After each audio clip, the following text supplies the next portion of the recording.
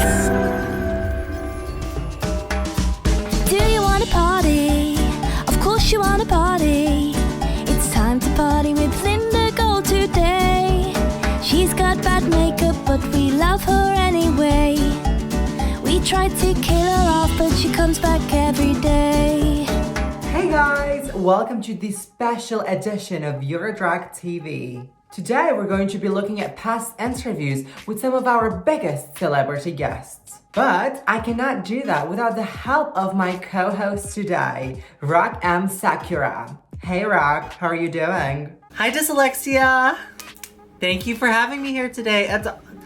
Can you believe that we're both here in front of green screens right now? That's crazy, that's beautiful, that's wonderful, that's magnificent. We both have Amazon accounts, that's, you know? I cannot do anything without the green screen. So Rock, before we move on to our first guest, tell us a bit about yourself. Well, for those of you guys that don't know, I'm Rock'em Sakura. I was on the cast of season 12 of RuPaul's Drag Race, but I've been doing drag for about 5.5 years now. I'm heavily influenced by anime and manga. I do high energy performances. I can do flips and dips and jump splits and all that other stuff. I've broken my taint on the floor many times. There's lots of blood. Those moves are impressive, and just as impressive are the moves of our next guest. She's one of the biggest queens of Europop. So get comfy, grab a bowl of popcorn, and enjoy the next interview.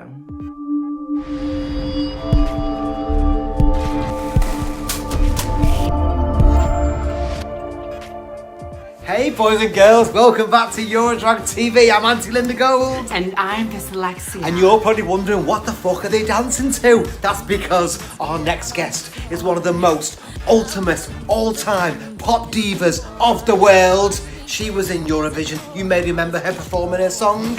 Glorious. But I remember her from when I was boogieing away in the nightclubs to songs like this, Every Time We Touch, and also Evacuate the Dance Floor. It's the one and only Cascada.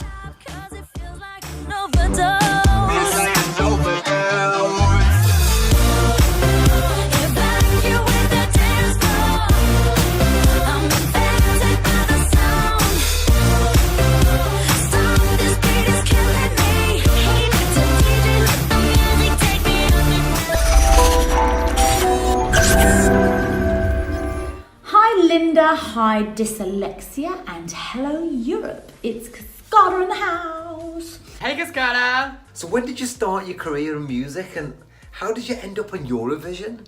So my career started about 15, 16 years ago, and things were going great. And then I think it was 2012 or 2013, we got the call that we were asked whether we wanted to go and compete for the German national competition to represent Germany at Eurovision in Malmö in Sweden. I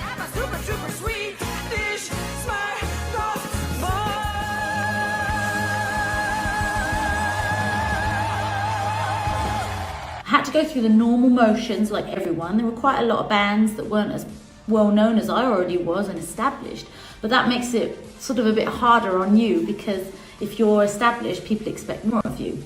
That must have put a lot of pressure on you. Did you expect to win? I wasn't expecting to win, but luckily enough, I did. Woo! And we are glad you won. What was the day of the competition like? I mean, do you still get nervous? Can you even explain what the atmosphere was like at Eurovision? It was definitely a really exciting day. I was extremely nervous. It was the most amazing atmosphere in there. But all of the other bands, most of them were doing a different type of music than I was. So you really don't know what people want, what people are going to enjoy, and what people are going to vote for. So I was very, very lucky that we did win, and getting over the initial shock. Obviously, then you are absolutely delighted, because it's an absolutely big deal. Yeah, like as a drag queen, we know how hard it is to predict what people would like. So let's just recap here. Obviously, you won the national contest for Germany and you went off to Eurovision. The song didn't actually do that well, which is insane. So weird, Because, so yeah, weird. absolutely one of the biggest anthems that I certainly play To this day. To this day. So how do you pick yourself up from that? It was a shame not to reach many points, and we had such an amazing week in Malmö. People just see the show on the night, but you actually do spend an entire week there performing nearly every day and giving interviews and doing just like so much, all in all, leading up to this big event at the end, Eurovision. So to actually then go home with so little points, that was disappointing, and I did go through quite a bit of sort of a tough time with the press afterwards. But saying that, I've never regretted it. Glorious, as I said earlier, it's one of those songs that's on every playlist at every club that we do. More for Eurovision that year. Glorious is still a really popular number. Like, I can't play one gay club without doing Glorious. Tonight we can be glorious. We are young and hard and we're free. The world is ours. I can feel the music in me. Glorious. Found the love that eyes cannot see. Delirious. I can feel the music in me. People love the track, I love the track, and the atmosphere back then definitely gave a different opinion as to how we ended up coming out of it all, because the atmosphere was amazing and people did think that we would get a higher point. It does seem to be every year that the big five, the pre-qualified countries, seem to get less and less points. Maybe it's to do with the fact that the songs aren't being seen in the semi-finals, or maybe a little bit of jealousy. Who knows? Who am I to comment? I'm just a silly old drag queen.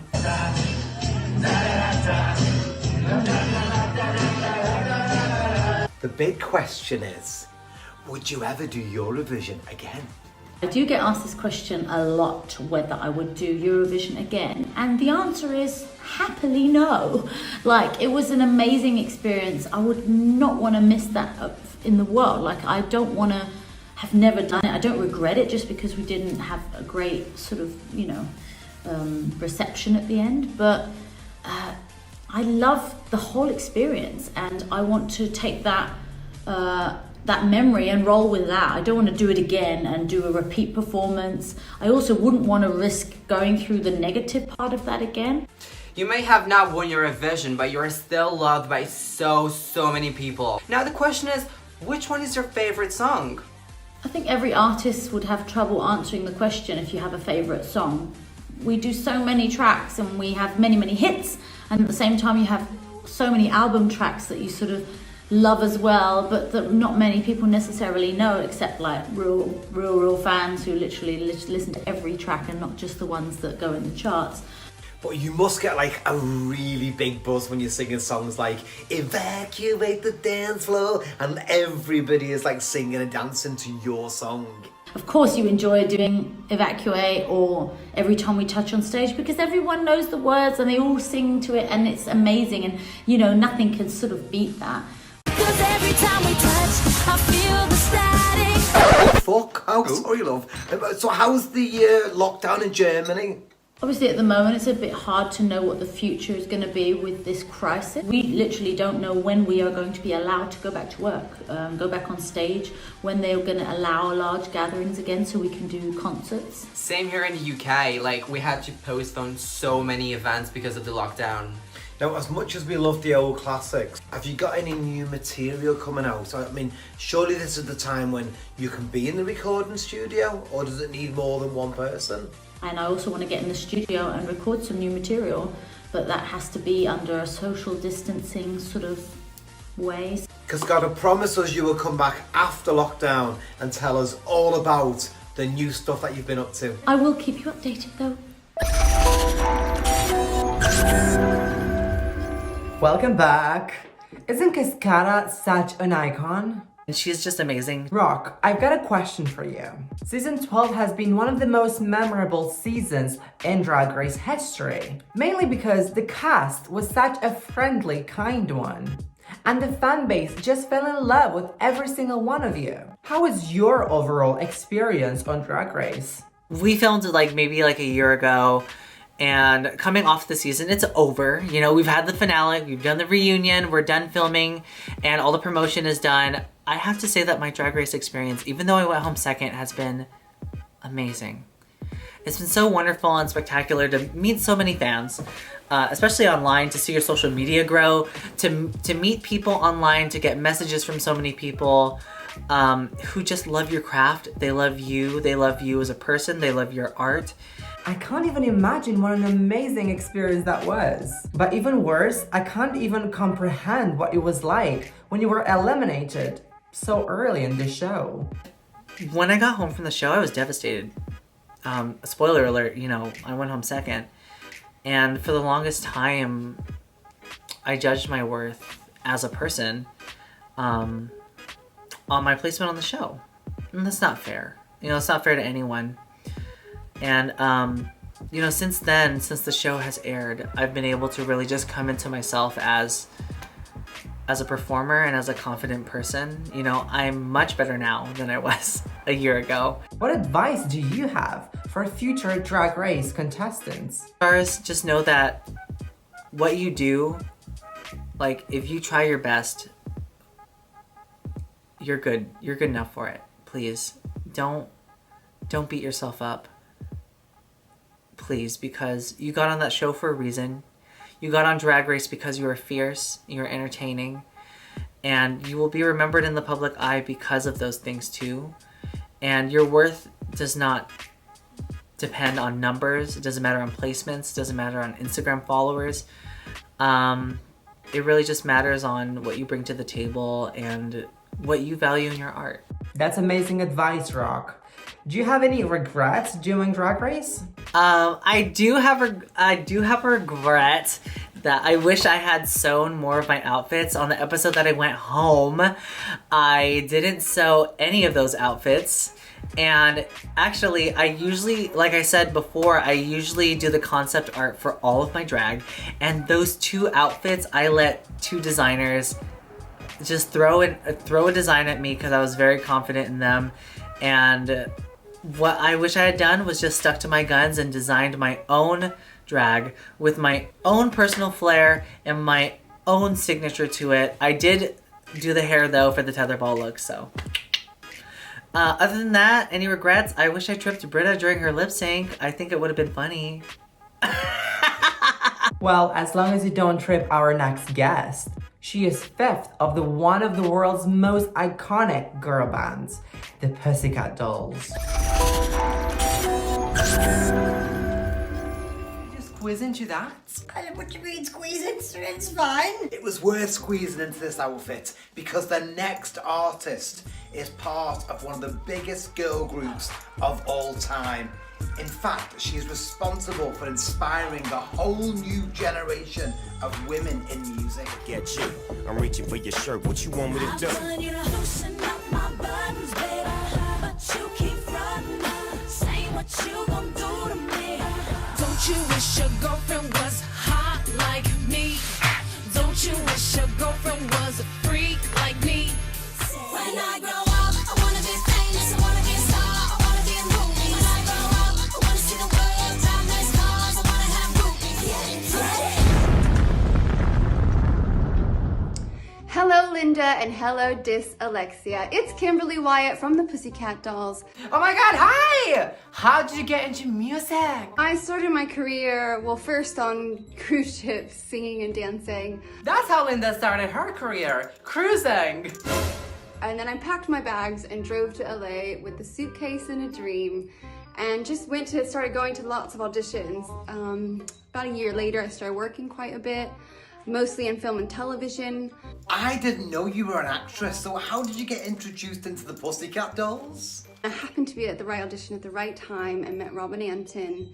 It was actually an audition for Newlyweds with Nick Lachey on MTV and Jessica Simpson, which I ended up performing with him and being in that show as well, but met Robin and quite quickly became a Pussycat Doll. What was Gwen Stefani's involvement in the Pussycat Dolls back then? About a year and a half later, Gwen Stefani had brought her label, Interscope, to a show. They liked the concept and they decided to make it a recording group. So 12 girls went to 6.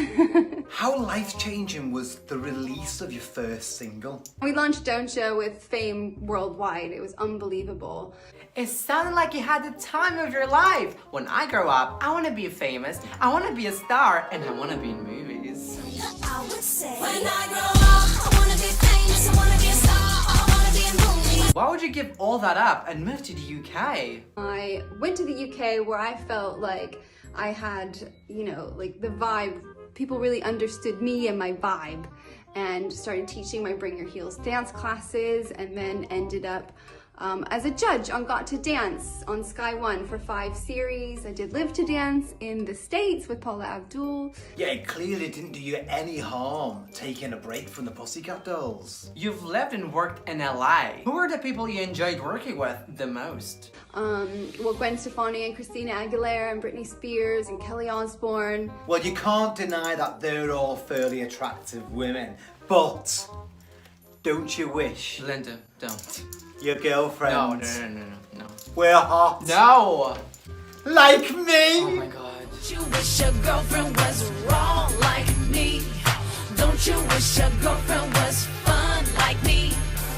What were the highlights of being in the Pussycat Dolls? I was so excited to be a part of it.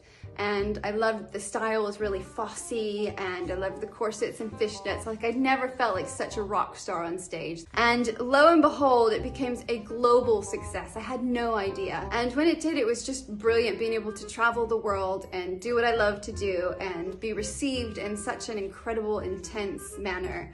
You know, people were losing their minds for the Pussycat Dolls, and it was brilliant. That was the high. Going to perform in all these places around the world and everybody knowing the dance moves and knowing the lyrics and just that buzz that you get as a performer. But with every high, it always comes a low.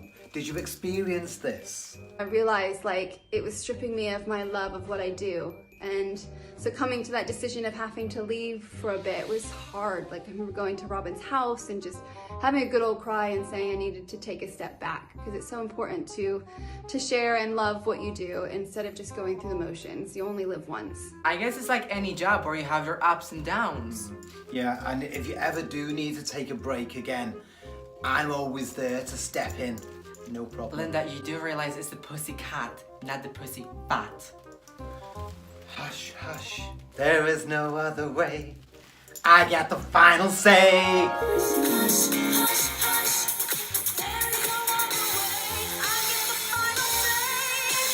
Well, it can't be all that bad, because here you are, back with the dolls. Coming back now in 2020 and getting back together with the Pussycat Dolls is just a real dream come true. I've really fought for it for like 2.5 years. And for us to finally make it happen, it's just brilliant. Like, it gives me an opportunity to share what it is that I really like. It feels like a huge part of who I am is who I am as a Pussycat Doll.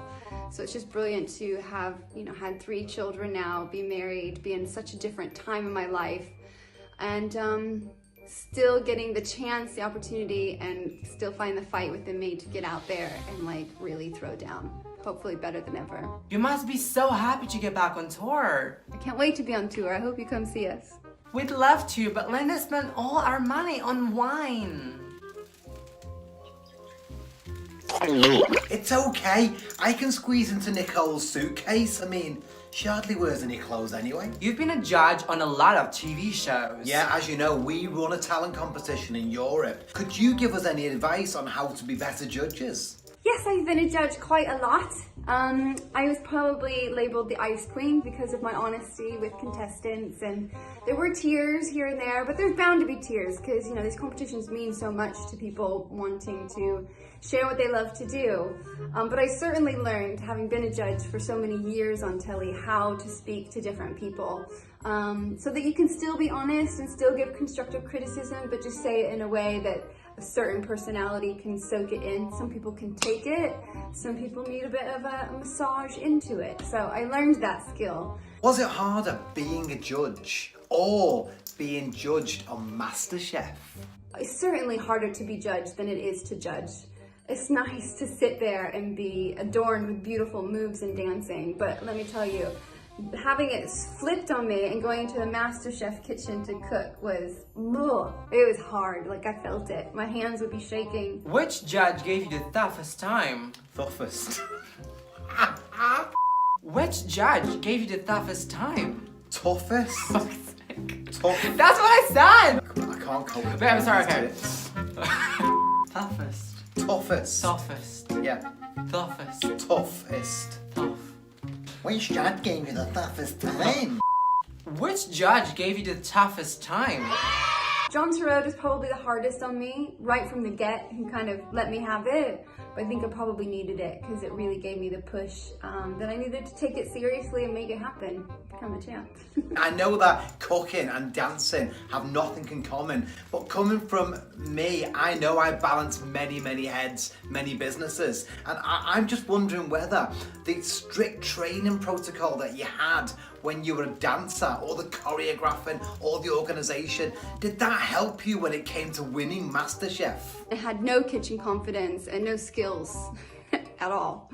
So I joined MasterChef to learn, and luckily all my experience as a dancer and being a competitive dancer and the discipline that all gave me certainly gave me the skills to be able to not only get through round 1, which was my goal, but to get through all the rounds and ended up winning. Do you have any new projects coming up? I'm currently on Almost Never. You can catch it on BBC iPlayer, Series 1 and Series 2. For anyone who doesn't know the storyline, can you just tell us a little bit about it? I play Sasha Small, who's a cold-hearted music manager, and I get to be crazy and horrible, and it's extremely good fun. Will we see more of that character, or is your life going to be dominated by the Pussycat Dolls? My future plans is to get on tour with the Pussycat Dolls. It's horrendous having to push so many dates around the world and still kind of not knowing. Whilst you're waiting for dates, what have you been up to at home? I also have a 3-book series called World Elite Dance Academy available on Amazon. Please check that out, see if you like it.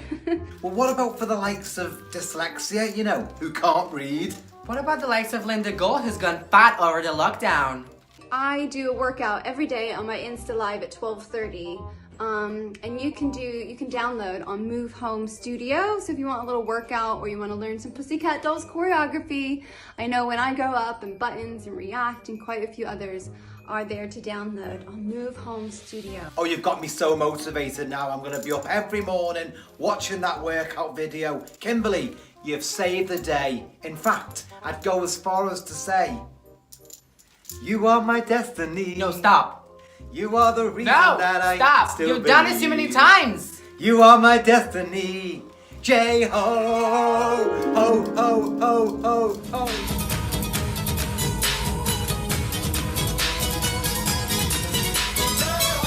So, Kimberly, what's around the corner on your personal life? Any more baby kittens on the way? I've had all the kids I want to have, and I'm ready to smash it again. I'm ready to be on stage, I'm ready to be performing, and I'm ready to share the gifts that I've acquired in my life with others through, teaching, giving back, teaching my Bring Your Heels classes, for all the queens that want to dance in their heels, knowing where those muscles come from and building those so if you fall off that heel, you're not the meme of the day.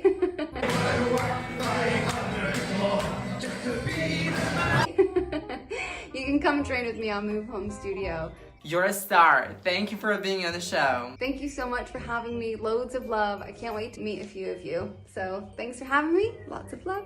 Mwah. Now, Kimberly, before you go, there's one last thing we need. We need your advice. But don't say anything. Just react.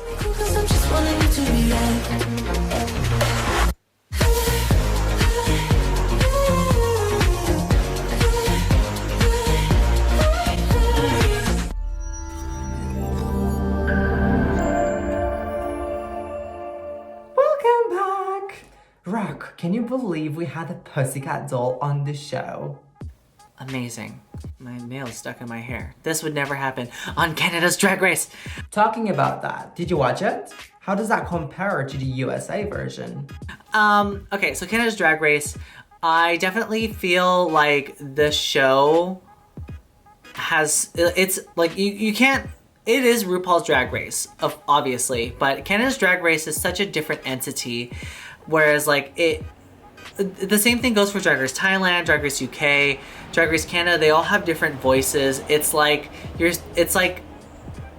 talking but in different dialects. You know, it has its own flair, it has its own flavor. I love the workroom, and the casting this season is absolutely phenomenal. The topic that everyone is talking about, though, is the judging panel.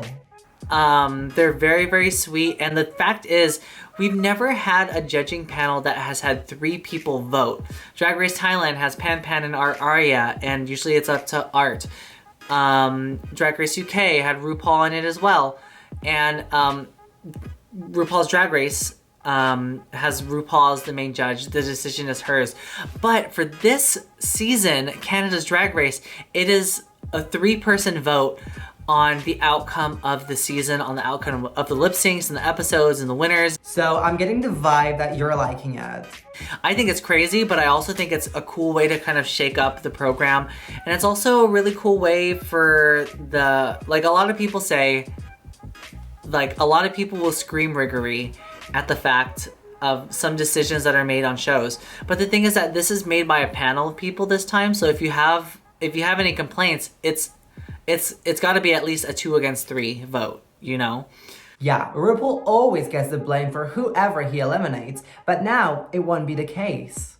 From what I can see, they're all super, super diverse and represent Canada well. I'm not from Canada. I don't know the drag scene very well, but there's a lot of personality. But who's your favorite?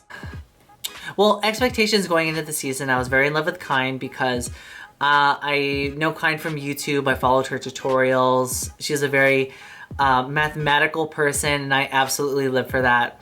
Other than that, my tops are probably, I love Tainomi, I love Anastasia, Lemon is super gorgeous, amazingly talented, funny, so funny. If you had to pick one more, who would it be? I'd probably have to say, if I had to pick one more, I would pick Rita Baga is also very funny, and her accent only makes her funnier. It sounds like you're loving the show. Absolutely. Yes, I am so interested and so invested in every minute of this. And also too, I mean, like, poor Drag Race UK, like they're on BBC, so they didn't get a cash prize, but these girls right off the bat, their first season, $100,000 prize. Good for them. And their main prize is, like, one of their other main prizes is a year of hotel stays. Do you know how much money that is? It is so crazy for drag queens to go around and to tour and to do gigs. Sometimes clubs don't even want to pay for your hotel stay. And this time it's like, okay, well, book me. I can pay for my own hotel because you know what? I won and it is free. Oh, I didn't know about the hotel prize. That is amazing. Talking about Drag Race UK, we are actually in the middle of filming season 2 on BBC. Do you have any favorite queens you would like to see on it? Oh, I farted. I'm sorry. I hope that doesn't get picked up on camera. My favorite queens from the UK, Cheddar Gorgeous is one of them, and Anaphylactic is the other. Those are 2 of my main girls that I would love to see on RuPaul's Drag Race UK. They're absolutely stunning, amazing at their artistry, and I've worked with them before with Peaches Christ. They are just such masters of their craft. They're so beautiful and courteous and talented. Like, I don't know what else to say about Cheddar and Anaphylactic. They are gorgeous. If you guys want to see the interview with Anaphylactic, click here. Moving on to our last guest. She's one of the top 3 on Drag Race UK Season 1. She is our ambassador, and she's also one of our Eurodrag hosts. It's Divina DeCampo.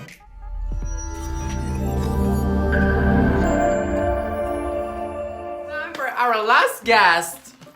What are you wearing? It's a tribute for our next guest, isn't it? I didn't realize our next guest was an oven-based turkey. How can it be an oven-based turkey? Do I look like a fat old bird who's been spit roasted? Lynette, just go and get changed. Ah! Here it is. You I didn't invent the wheel, I just made it better. Hey Alaska, are you ready? It's a drag race, paperback face. It's in bad taste. It's a drag race song. All my yes gays on your sad days. Sing a catchphrase. It's a drag race song. Fierce. Hello, Linda and Alexia. Hi! Most people know you from RuPaul's Drag Race. But what you might not know is that I started my drag career in Betty's Coed in North Wales, in the local town hall there of just kind of alternative cabaret, I think was what we were doing. And I was in a borrowed blue cocktail frock, a borrowed black feather headdress, some very cheap shoes and some powder. I think at that point fully realised I was going to be an international superstar. Did you release a video for that look? Because I was wondering where Linda got her makeup tutorials from. What's the secret for making a RuPaul audition tape? Because, you know, we all put our tapes in. You got on RuPaul's Drag Race, our Viv got on Drag Race, even Dyslexia got a phone call. All I got was a text message asking if I wanted to be the fucking cleaner. When you are making your audition tape, you just have to be as much you as you possibly can be. You know, you have to be open and honest. You know, what is it that makes you special? There's no point trying to pretend to be something that you're not, because actually if you did end up getting picked, then when you turn up, you're not what you said you were.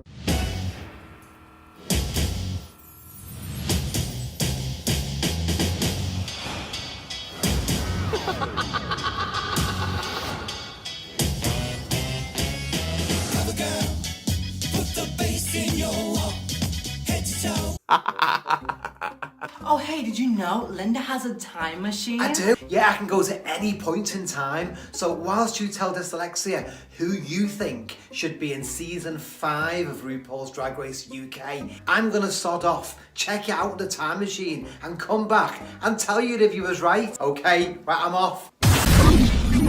I hope she never comes back. Woo! I'd really like to see Belinda Scandal on the show.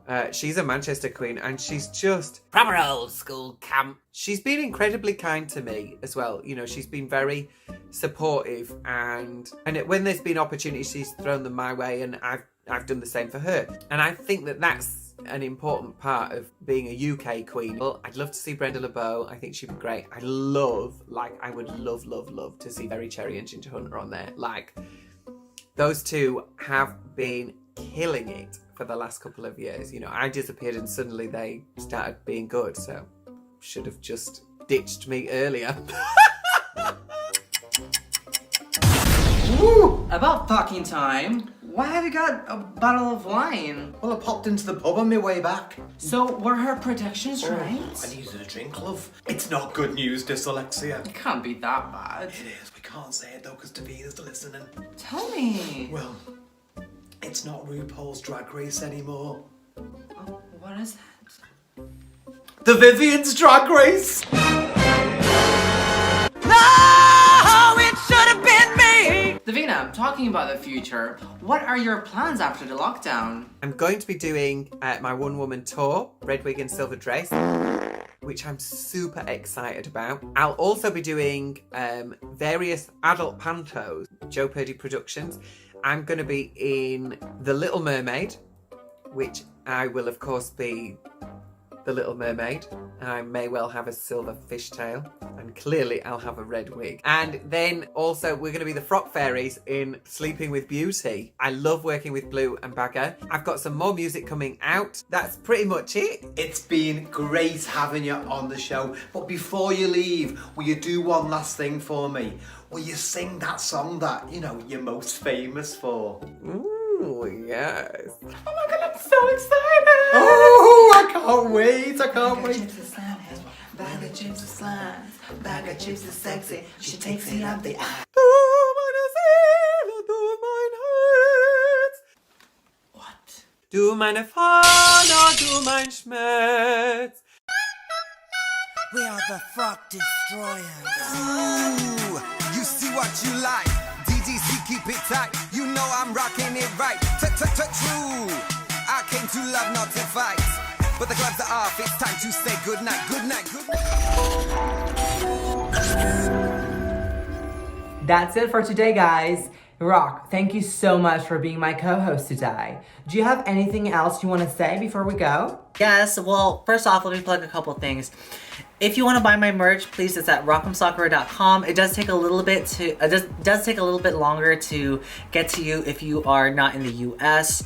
But things are starting to pick back up again, especially because some of the workers are coming back into the place where I get all my stuff printed. So please go to rockemsakura.com and purchase a t-shirt or something. I draw all the t-shirt designs.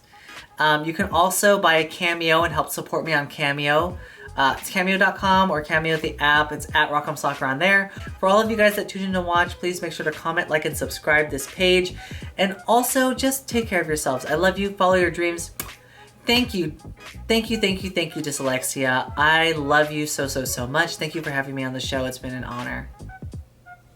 I love you guys.